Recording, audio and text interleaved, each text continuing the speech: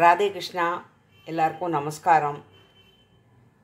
இன்றைக்கி நம்ம பண்ண போகிறது வந்து பருப்பு பொடி. இப்போ பருப்பு பொடியில் என்னென்னமோ ஆட் பண்ணுறா, பட் அது ட்ரெடிஷ்னலாக வர்றது கிடையாது. நானும் கொஞ்சம் ஆட் பண்ணி தான் பண்ணியிருக்கேன், பாருங்க. இதால் 2 டம்ளர் துவரம்பருப்பு. பருப்பு அப்படின்னு சொன்னாலே அது வந்து துவரம்பருப்பு தான் மென்ஷன் பண்ணுவோம். மற்றதெல்லாம் கடலைப்பருப்பு அப்படின்னு சொல்லுவோம். அது வெறும் சொல்லாமல் பருப்பு அப்படின்னு நம்ம சொன்னோன்னா அது வந்து துவரம்பருப்பை தான் மீன் பண்ணுவோம். 2 டம்ளர் துவரம்பருப்பு இதால். அதுக்கப்புறம் ஒரு இந்த டம்ளரால் ஒரு 1/4 வந்து பொட்டுக்கடலை, 1/4 டம்ளர் பொட்டுக்கடலை, ஒரு 1/4 டம்ளர் பயத்தம்பருப்பு, கொஞ்சோண்டு மிளகு, தேவைக்கு ஏற்ப உப்பு, பெருங்காயம். நான் பேடகே சில்லியும் காஷ்மீரியும் போட்டுருக்கேன். காரம் ரொம்ப இருக்காது, அதனால நான் வந்து நிறையா போட்டுருக்கேன். நீங்கள் சாதா மிளகா போடுறதா இருந்தால் கொஞ்சம் பார்த்து போட்டுக்கோங்க. அதுக்கப்புறம் வந்து கருவேப்பிலையும் நல்லா ட்ரை ரோஸ்ட் பண்ணிவிட்டு அதில் வந்து பொடிச்சு போட்டுருணும். அவ்வளோதான். இதுதான் நமக்கு தேவையான பொருட்கள். கொஞ்சோண்டு எண்ணெய் விட்டுட்டு பெருங்காயத்தையும் மிளகாயும் வறுத்துட்டு அதுலேயே வந்து மற்றது எல்லாத்தையும் போட்டு நம்ம ட்ரை ரோஸ்ட் பண்ணிக்கலாம். ஒன்று ஒன்றா பண்ணிவிட்டு நான் அப்புறம் காமிக்கிறேன். ஒரு வாணா வச்சுக்கோங்க. வாணாவில் கொஞ்சம் எண்ணெய் விட்டுடுங்க. கொஞ்சோண்டு எண்ணெய் விட்டுட்டு அதுக்கப்புறம் பெருங்காயம்,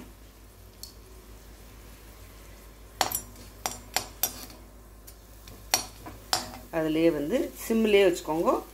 மிளகா வத்தல், மிளகு,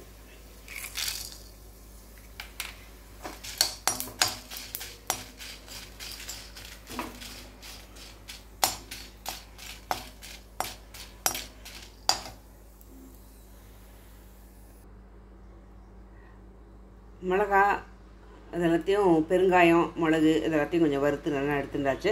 ஃபஸ்ட்டு நம்ம மிக்சியில் போடும்போது எப்போவுமே முதல்ல இதை போட்டுட்டு கொஞ்சம் நல்லா அரைச்சிட்டு அதுக்கப்புறம் தான் பருப்பெல்லாம் போடணும். இப்போ தனித்தனியாக ஒன்று ஒன்றா நம்ம ட்ரை ரோஸ்ட் பண்ணிடலாம். இப்போ வந்து ஃபஸ்ட்டு துவரம் பருப்பு,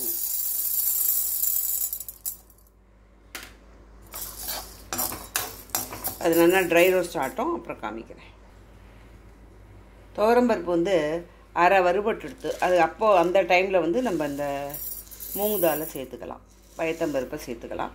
இது கொஞ்சம் இதுவும் நன்னா இதுவான பிறகு லாஸ்ட்டில் வெறுமை அந்த சூடு இழுப்பச்சட்டிலேயே உங்களுக்கு வந்து இது பொட்டுக்கடலையை நம்ம போட்டுக்கலாம். அது இப்போ கொதிக்கச்சே போடணுங்கிற அவசியம் இல்லை, லாஸ்ட்டில் அதை ஆட் பண்ணிக்கலாம். கருவேப்பிலை மட்டும் அப்புறம் ட்ரை ரோஸ்ட் பண்ணி ஆட் பண்ணணும்.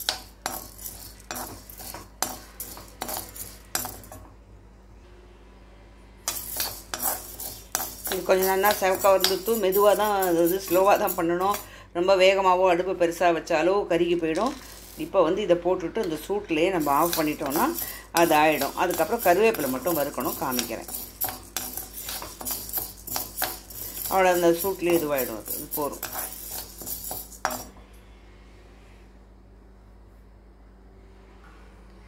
இதை ஒரு இதுக்கு ட்ரான்ஸ்ஃபர் பண்ணியாச்சு. இது கொஞ்சம் நல்லா ஆறட்டும். இழுப்பச்சட்டியில் கொஞ்சோண்டு எண்ணெய் விட்டுருக்கேன். எண்ணெய் விட்டுட்டு கருவேப்பிலையே கொஞ்சம் நல்லா ஃப்ரை ஆகிற வரைக்கும் வறுத்துக்கலாம்.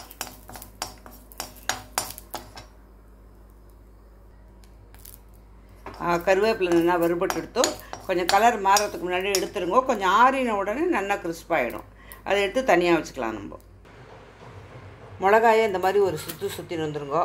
அதுக்கப்புறம் வந்து நம்ம வறுத்து ஆற வச்சுருக்கோம் இல்லையா, அதை போட்டு நல்லா அரைச்சின்னு வரணும். அவ்வளோதான். கருவேப்பிலை வறுத்து வச்சுட்டோம். அது லாஸ்ட்டாக இதை கலந்துட்டு அந்த கருவேப்பிலையை கொஞ்சம் இது பண்ணி நசுக்கிட்டு அப்படியே போட வேண்டியது தான். அதில் அதை அரைச்சிட்டு வந்துட்டு காமிக்கிறேன்.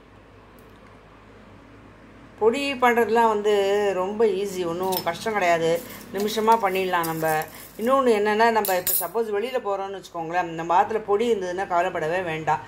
ஒரு போகிறச்ச ரைஸ் குக்கரில் ஒரு சாதத்தை வச்சுட்டு போயிட்டா அது மட்டும் ஆகிடும். அதுக்கப்புறம் வந்து இந்த பொடியெல்லாம் போட்டுட்டு ஒன்று அப்பளமோ இல்லை ஏதாவது பொரிச்சிக்கலாம், இல்லை சிப்ஸ் இருக்கும் ஆற்றுல, அந்த மாதிரி ஏதாவது சாப்பிட்டுக்கலாம், தயிர் சாதம் இருக்கும்.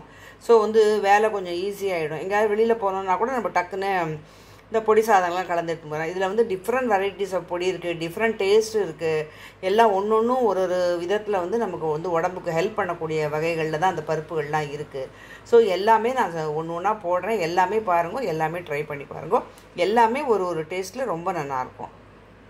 இப்போ நம்ம அரைச்சின்னு வந்துட்டு பார்க்கலாம். அரைச்சாச்சு. நம்மளோட பருப்பு பொடி ரெடி. அதாவது ரொம்ப நைஸாக இல்லாமல் கொஞ்சம் லைட்டாக அரைச்சிருக்கேன். ஏன்னா ரொம்ப நைஸாக இருந்ததுன்னா நம்ம சாப்பிடும்போது மெல்ல அடைக்கும். இதை வந்து சுட சுட நல்லா சாதத்தில் போட்டுண்டு நெய் விட்டுண்டு பிரிச்சு சாப்பிட்டேன்னா அவ்வளோ சூப்பராக இருக்கும். டெய்லி நான் பொடியெலாம் அப்லோட் பண்ணின்னு இருக்கேன். இன்றைக்கி காத்தால கருவேப்பிலை பொடி போட்டிருக்கேன் பாருங்கோ. இப்போ வந்து பருப்பு பொடி போட்டிருக்கேன். அப்படி ஒன்று ஒன்றா போடுறேன். தேங்க்ஸ் ஃபார் வாட்சிங் மை சேனல். இப்போ நம்ம வறுத்து வச்சுருக்கோம் இல்லையா, இதை கொஞ்சம் நல்லா பொடி பண்ணிவிட்டு போட்டுட்டு அப்படியே மிக்ஸ் பண்ணிவிடுங்க. இதில் நல்லா கரக்கரான்னு எடுத்து பாருங்க வறுத்தது. அவ்வளோதான், நம்மளோட பருப்பு பொடி ரெடி.